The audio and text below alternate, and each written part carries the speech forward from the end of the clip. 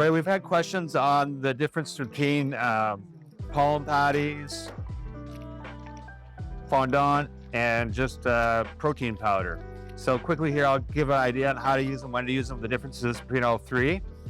Typically with a fondant, what you're having is it's sugar, and it's going to be their carbohydrate without much protein or any protein in it.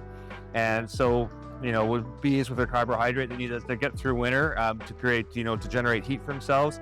And they typically aren't not really needing the protein that's also associated with patties. So when you're putting patties on, it's when you want to have, build up in the spring, they get the protein and sugar, and that allows them to build more brood. So we always use these in the spring. We want to have a big buildup if we're splitting hives.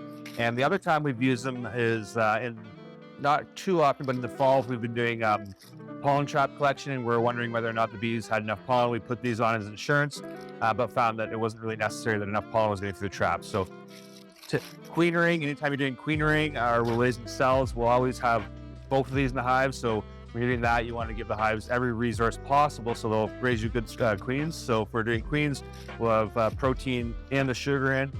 This is more, just the sugar is more going into winter when you want the carbohydrates so the bees aren't going to starve and they have a energy source.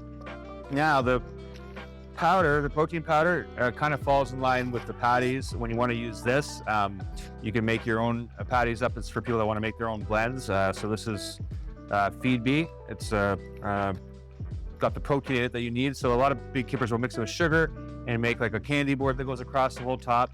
This can also be open barrel fed. So you'll see beekeepers put it in an outdoor pollen feeder or like a covered thing, and the bees will fly out to get it. The downside with that is the bees are able to fly to get it that readily, and they will early in the spring.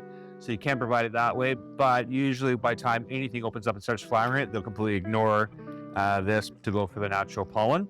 So if you had a choice between the three of these, if you want to get them through winter, you're giving them, sugars, keep in mind. If you're trying to make bees, you're giving them proteins.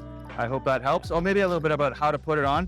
So it's very important when you put it on. I've seen quite often beekeepers will just put it above that hole like that.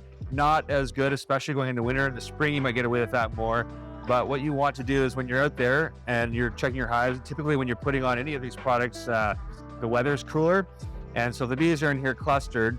When they cluster down at night, it could be a quite tight cluster. Your goal when you're there during the day is to make sure or figure out where that cluster is going to be when it gets cold, and make sure the food is in direct contact with them so that if it stays cold and they can't break cluster, that food is in contact with them.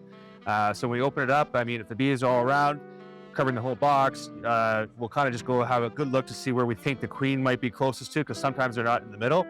And then we'll take this and slit it across a bunch of ways like that, put it right where the cluster is going to be when it's cold, and they have access to it. And then the inner cover for winter and insulation on top. We design our inner covers to the lips so you can actually fit stuff underneath there.